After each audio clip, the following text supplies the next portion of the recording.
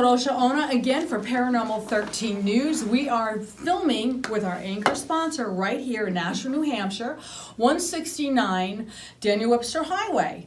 We are in the RE/MAX Innovative Properties building right here in Nashua, New Hampshire. Thank you very much, Rick Stout, www.nhhomes.com.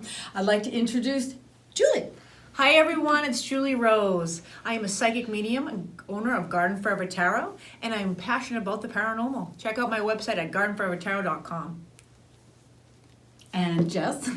My name is Jessica Rainville. I'm a paranormal investigator and voice actor, also writer and producer of Chris Podcast, an audio drama, crime audio drama, based off of a true unsolved cold case in Stacyville, Maine. And you can check that out at www.chrispodcast.com, or you can check out my voiceovers at www.jessicarainville.com. And I'm Kadrolsha, Queen of the Paranormal, trademarked. I also have a comic book out of what I do. It's the coolest thing in the world. And you want to read all about me, go to queenoftheparanormal.com. What I want to tell you about Paranormal 13 News is we've got lovely girls on our set. And not only that, we have fantastic reporters as well. Our show gives people the opportunity to explore their business, highlight their business worldwide now. And so get into our website, paranormal13news.com, and find out about all of our reporters. Check out their websites, check out their credentials, and get a rockin' and rollin' with them. Julie, you're first up. This next video was recorded in an old vacant hospital in Nome, Alaska. And it has been abandoned since the 1970s, or has it? Check out this clip.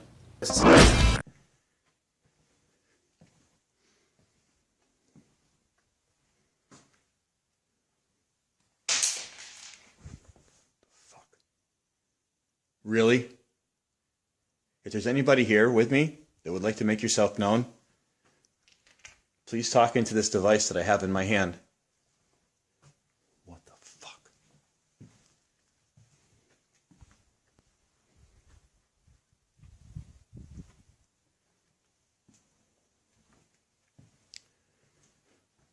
Okay, these are creepy. Oh, what the fuck? Really? Shower curtain is fucking moving.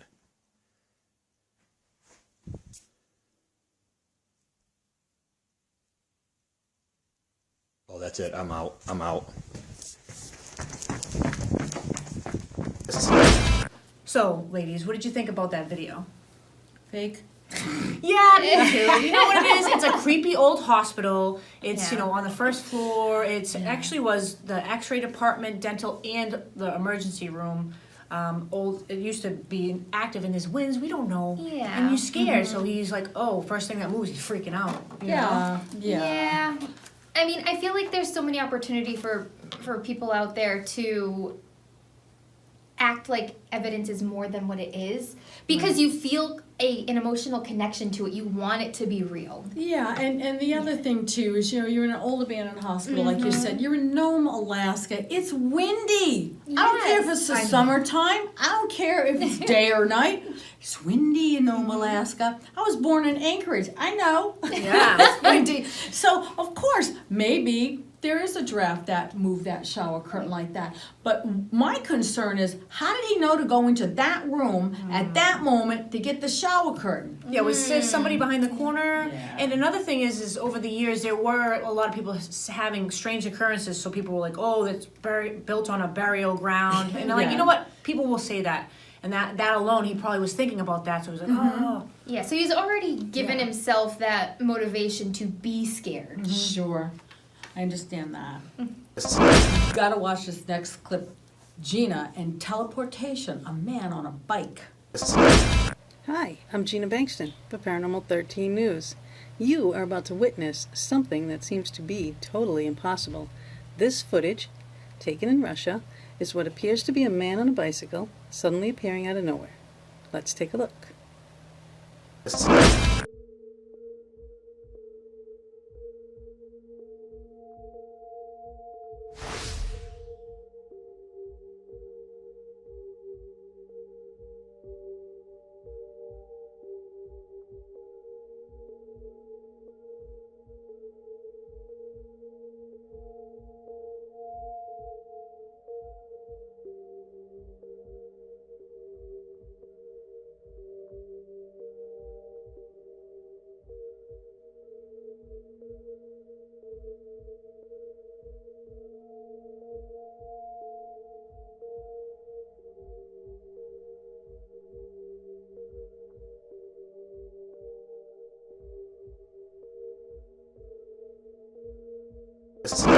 Now, some people would say that could be the case of teleportation, which means he would physically be altered and transported from one place to another without actually traversing the distance all at the same time.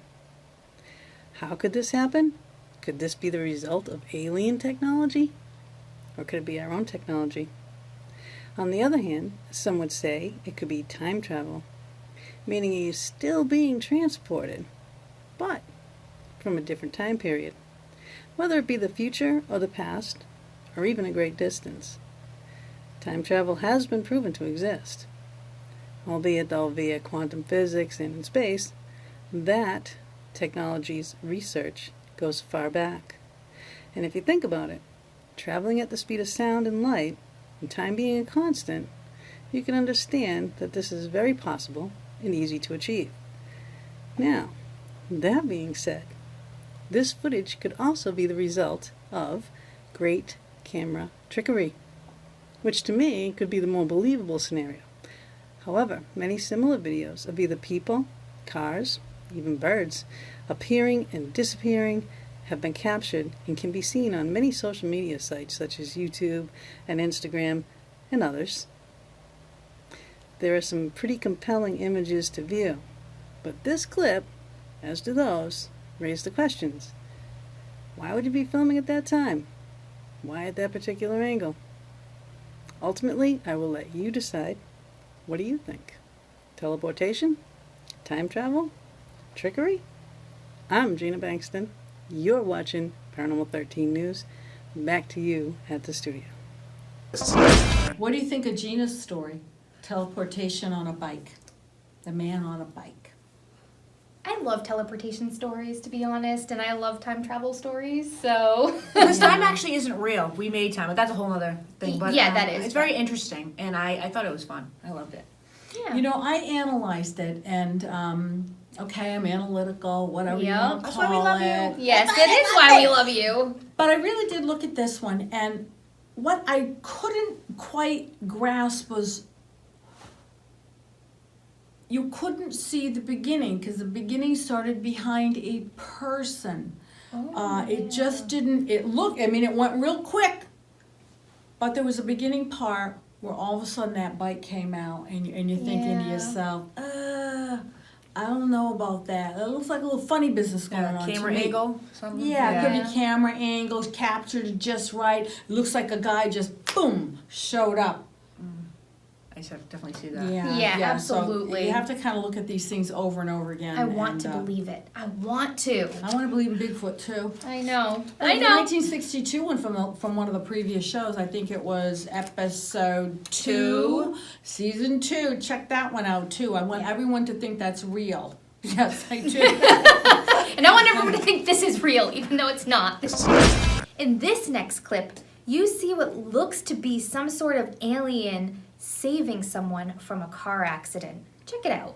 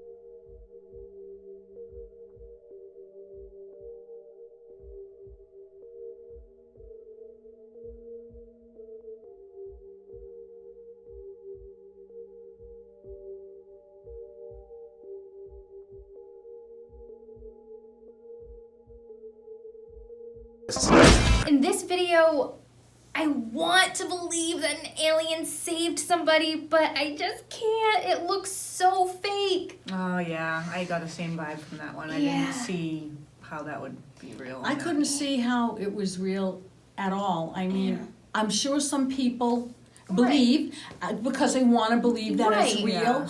But again, for the trained eye, we're good paranormal investigators like we are, we see right through things like that. Yeah. So again, if you do send us stuff that's you say is real and it's not real, we just gotta call you out. It's not- Sorry, not Yeah, sorry. sorry. Was he saving him to like bring to this planet? Like I don't Yeah. understand. Like why would they save that? I mean, and I want to say, like, some people were thinking it was a superhero, which is incredibly popular right now to begin with. Right. So, I mean, yeah, I would love to believe in a superhero, but I just, in this instance, it looks edited. Yeah. And then the driver of the truck, like, stops and then goes over to check it out. So I just wonder if they're all in cahoots somehow. Yeah, Yeah. it just didn't seem right. Yeah. We all love to laugh and have a good time. And have you ever noticed at any time when you laugh, you feel just uplifted? Well, here's Ron more about this hilarious subject. I'm sorry. Hold on. Ron Yacovetti, Paranormal 13. I'm sorry. You should have seen that.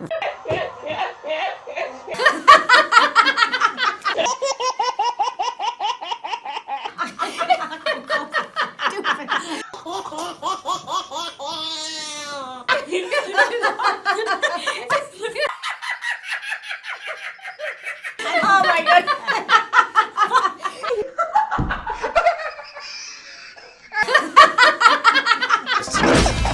I'm sorry. This is, I'm healing right now. I'm healing. I'm raising my immune cells right now from laughing. That's what science says. I'm trying not to get sick this flu season, and endorphins to get that whole feel good feeling going on. I'm trying to do that too. It's just you know.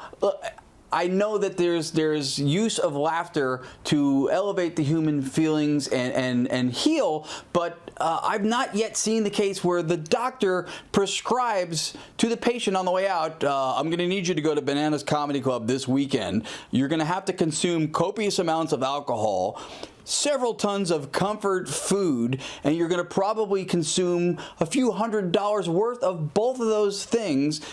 But it's covered. You just have to be aware that there is a $15 copay. When that happens, that's pretty cool. The problem is that laughter is going to probably take a backseat to how long it took for marijuana to become something that could be medically legal. And then if laughter really heals, they're going to try to commercialize it, right? And then you're going to have all these bizarre products on the market when they can somehow sell it to you, maybe like a laughing gas, or they can capsulize it perhaps, and it's going to be Turds and Giggles, or Zolaft, or Amusinex, or a Cup of Hilarity. So hopefully it doesn't get too carried away with the advertising. The other part of it is that people say laughter heals the soul. So now the question is, do people believe in a soul? Do they believe that the soul is in energy form? And if so, does the energy generated by laughter help change the consistency or the state of the soul because it's an energy? We don't really know. I'm really curious to see how science, I keep laughing, will do and develop the possibilities of wielding laughter like a healer. So let me leave you with this. Try it, do it, enjoy it. But first, ask your doctor if laughter is right for you.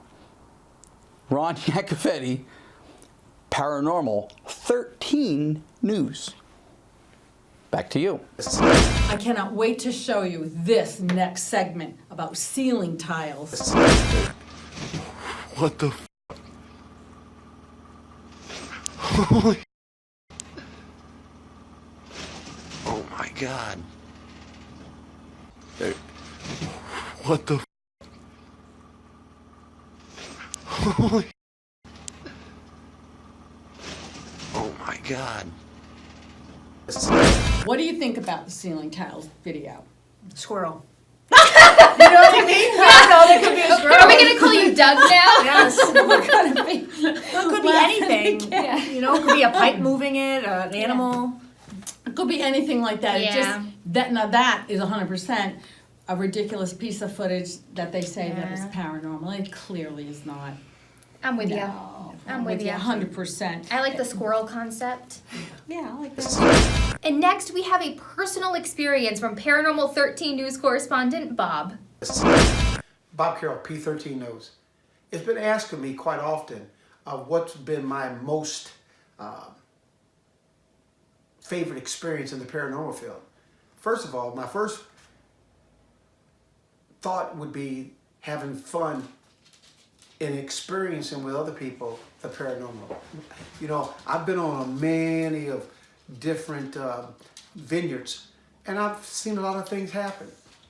But the most kick that I get out of it all is to see the individuals that come out and have an opportunity to actually experience their first. It could be with a camera of orbs. It could be with your tape recorder of images of voices coming back to you. There's just so many different things in the paranormal field that's real. So I won't give one particular story because it might take all day and we only got a short time. But I will say that for me, I've had a lot of fun, and I've also had some great experience and meeting some good people that are involved in the extra life. Here's Joe Rainone with his view of cryptozoology. Behind me is a Freetown State Forest, located deep in the heart of the Bridgewater Triangle. For those of you who have never heard of the Bridgewater Triangle, the Bridgewater Triangle is a 200 square mile region of land located between Boston, Mass. And Providence, Rhode Island. The Bridgewater Triangle was coined in a book by cryptozoologist Lauren Coleman in the 1970s. Thunderbirds, puma cats, puckwudgies, even Bigfoot himself is claimed to live in these woods. As far as this reporter goes, I need scientific proof and hardcore evidence before I'll believe in any cryptids. This is Joe Rainone, Paranormal 13 News. Back to the studio. And this story was sent in by Brian Cutler. About 1999, I lived in a 2-story home in Joliet, Illinois. It had been split into 2 flats, and I lived in the upper flat.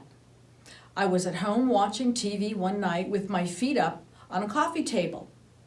The way I was facing my 3-year-old daughter's room was directly to my right. The door was open, and suddenly I saw a little gray cat come running out of my daughter's room and jump up on the coffee table. But when I looked directly at where the cat had landed, there was nothing there. I didn't have a cat at the time. There were several other incidents of seeing a little gray cat throughout the house, always out of my side vision.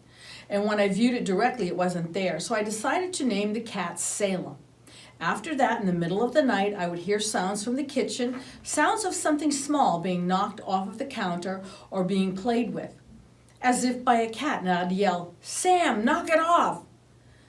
The noise would stop, and in the morning, I'd discover that a pen or a bottle cap or something small had been knocked off the counter, and of course, the kitchen floor, which it had been bantered around on. One time, I heard noises coming from my closet, and upon investigation, I found a mouse, and I said, "Salem, do your job," and I never heard that mouse again.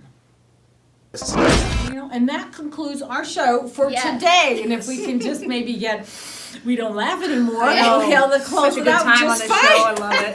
This is Paranormal13news.com. I am Kadrolsha Ona. This is Jess. This is Julie. And we are filming here at the Remax Innovative Properties Building, 169 Daniel Webster Highway, Nashua, New Hampshire.